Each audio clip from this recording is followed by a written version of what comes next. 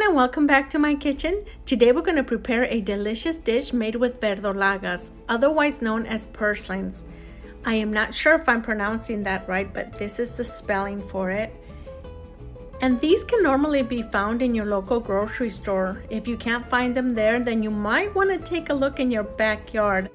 Verdolagas is an edible weed that can be used in many different dishes. When growing up in Mexico, my mom would prepare these very often because they were very abundant and you can find them just about anywhere. And today I'm going to be showing you one way of preparing it. So if you would like to see how I prepare this delicious recipe, continue watching this video and let's get started. I'll be going over the ingredients as we use them, but I will also provide a full listing of all the ingredients in the description of this video. We're going to start out by removing the stems from 5 Chile Guajillos and 5 Chiles de Arbol. The Chiles de Arbol are optional. I like to add a little spice to mine, so I'm going to include them, but you can leave them out if you don't want it spicy. Using a knife or kitchen scissors, slice them open to remove the seeds and the vines from each one.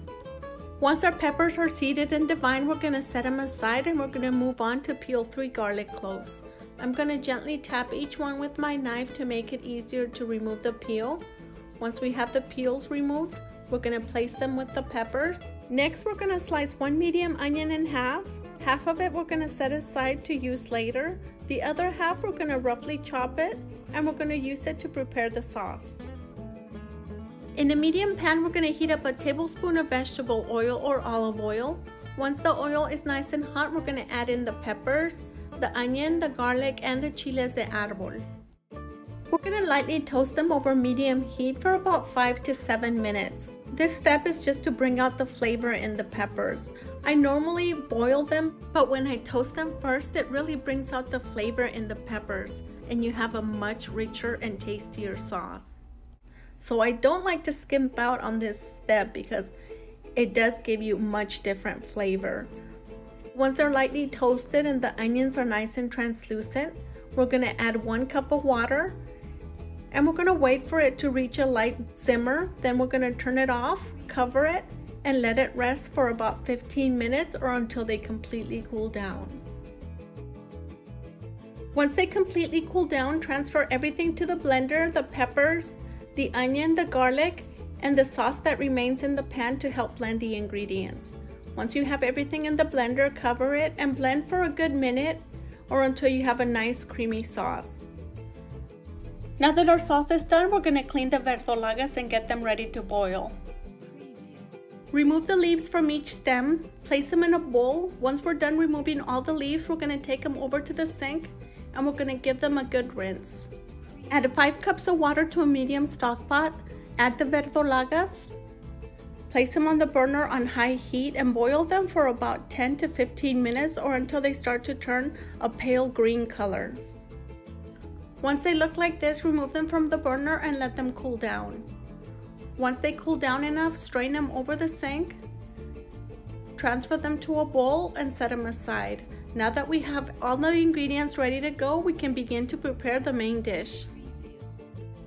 For the meat, I'm going to be using 2 pounds of lean pork loin. These were already pre-cut into small steaks. I'm just going to slice them into small cubes.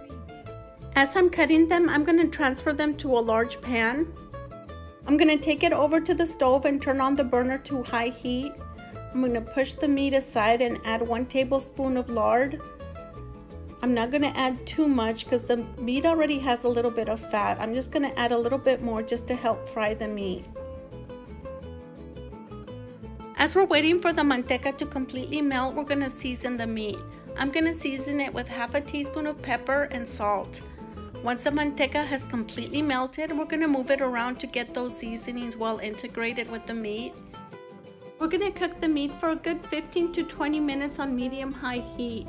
During the process, make sure to move the meat around often so it cooks evenly and it doesn't burn. We want the meat to be nice and crispy on all sides when we're done. At first, it's going to turn a light pale color like this. Once it reaches this point, I'm going to go over to the cutting board and slice the remainder of the onion that we set aside. Once the meat has a light crispiness and it looks like this, we're going to add the sliced onion And we're gonna saute for a good 2 to 3 minutes or until the onion is nice and translucent and flavorful. This already smells so delicious and it would make a great meal just like it is right now. But we're gonna add the remainder of the ingredients because we don't want to miss out on using our main ingredient, which is the verdolagas. This blender did such an excellent job of blending everything up. I'm not gonna strain the sauce, I'm just gonna add it directly into the pan. If you want to strain your sauce, you can strain it, it's completely up to you. I'm going to try to get as much sauce as I can from the blender. And we still have a lot of the sauce remaining in the blender, so I'm going to add 2 cups of water to the blender just so we can get the remainder of the sauce. And with the help of my husband here, he's going to give it a good shake for me. And he's going to add it directly into the pan. I'm just going to move it around a bit so we can get the sauce well integrated with the meat and the onion.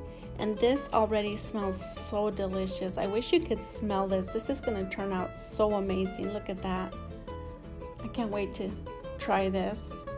Now we're going to proceed to add the remainder of the seasonings. I'm going to be using 1 teaspoon of oregano and half a teaspoon of cumin. Once we get those seasonings in there, we're going to give it another good mix. And at this point, I'm also going to taste it to see if it needs any additional seasoning. I did end up using 1 tablespoon of chicken bouillon, but you can also use salt if you don't have the chicken bouillon. Once we have all those seasonings well integrated, we're going to wait for it to reach a light simmer. Once it reaches a light simmer, we're going to add the verdolagas. I purchased 1 bundle of verdolagas at the store, and once I cleaned them and boiled them, we ended up with about 2 cups of the verdolagas. Now we're going to add them into the dish and we're going to mix them in with the rest of the ingredients.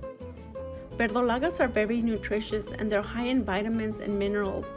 They can be prepared in many different dishes and they can also be used in salads or sandwiches. If I could describe the taste of a verdolaga, I would have to say they taste very similar to spinach.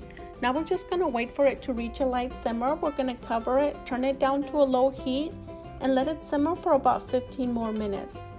After 15 minutes, I'm going to remove the lid and I'm going to add a little bit of mozzarella cheese.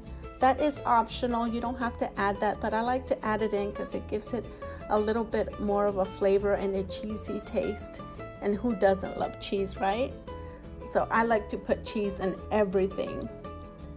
Now once I have my cheese in there, I'm just going to cover it for about 5 to 10 more minutes or until the cheese melts. Once it's melted, it's ready to enjoy. You can enjoy this dish by itself or you can enjoy it with your favorite side dish. I made some fresh homemade flour tortillas to enjoy with our verdolagas today. We're just going to enjoy it by itself with the flour tortillas. My husband has been wanting me to make this for him for quite a while now because his mom used to make it for him all the time when he was growing up in Mexico.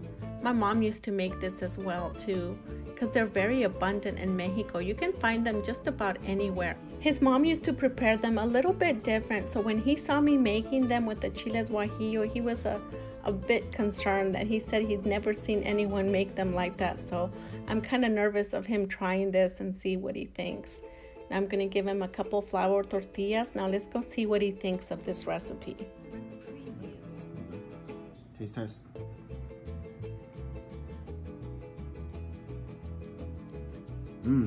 Spicy. Perfect.